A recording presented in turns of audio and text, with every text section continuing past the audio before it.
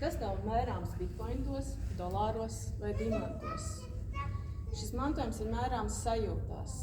Un tikai tagad es padrusiņai sāku to mantojumu apzināt. Un kāpēc es tā saku? Pirmais ir tie cilvēki, kur pazina Reini. Viņi noteikti pateiks, kad Reinis bija ļoti gaišs. Viņa klātbūtnē bija ļoti patīkami atrasties. No viņa izstaroja tāds miers, un viņiem bija labi, kā ir. Un tagad, un ja jūs saprotiet, kad es esmu tieši pretstats tam cilvēku tipam, Reiņa vairs nav, bet tā viņa mīlestība un tas gaišums ir tik pietiekams, ka tad, kad es runāju par viņu, man gribās samīļot visus cilvēkus apkārt mani. Tā kā tas ir tas, ko es cenšos paņemt un cenšos iznīcināt visu to savu saucamo šerpumu, bet paņemt no viņa to, bet to es vēl apzinu. Tas man ir ceļš ejams uz priekšu.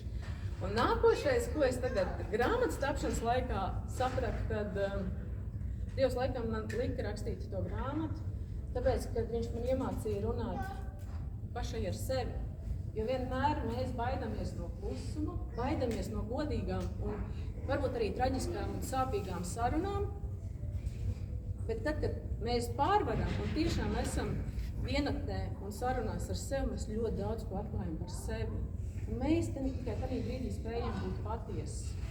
Un Reinis, viņš bija ieslodzīts savā ķermenī. Un par to jūs palasīsiet grāmatā Miers ir brīvība klusumā. Viņš bija iesprostots, bet viņš spēja būt brīvs. Un kāpēc? Tāpēc, ka viņš spēja atrast to pašu svarīgāko. Viņš pakāp nost, distancējās no tās pasaules jēzgas, kurā mēs visi esam ierauti ar savām maskām, lomu spēlēm. Viņš bija pats sev. Un tas ir tas, nākošais etaps, ko es cenšos mācīties no viņa un apzināt to viņa mantojumu. Paņemt pieredzi no viņa.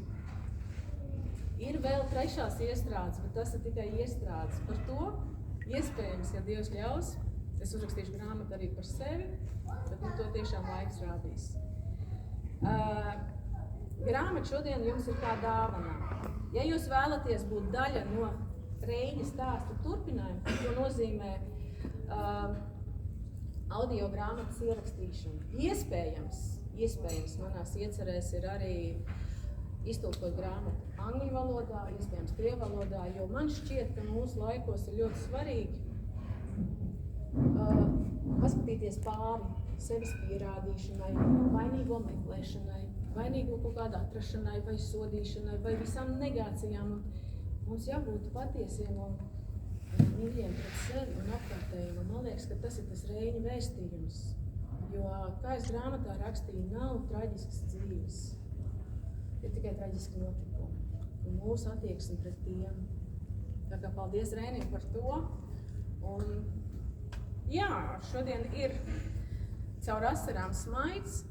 Un mums nevajag baidīties no asarām, jo tā ir daļa no mums. Un tā ir daļa no tāds īstenuma un patiesuma. Kā jau mēs ar Gunas pēdējā sarunā runājām, kad laikam jau cilvēki pavelkās uz to, ja viss ir noguruši no tās pasaules jēzgas, kad gribas to īstenot, to patiesu un to cilvēcību. Nu gan es savu monologu beigus un paldies jums par izturību un par ieklausīšanos un būšanu līdzās. Kur Ilza arī ir atnākusi, bet viņa jau grāmatas uzdāvināja, viņa man šodien make-up uztaisīja, paldies tev savu. Priecājos jūs visus vēlreiz satikt. Un nu gan cienāsimies pie šī galda.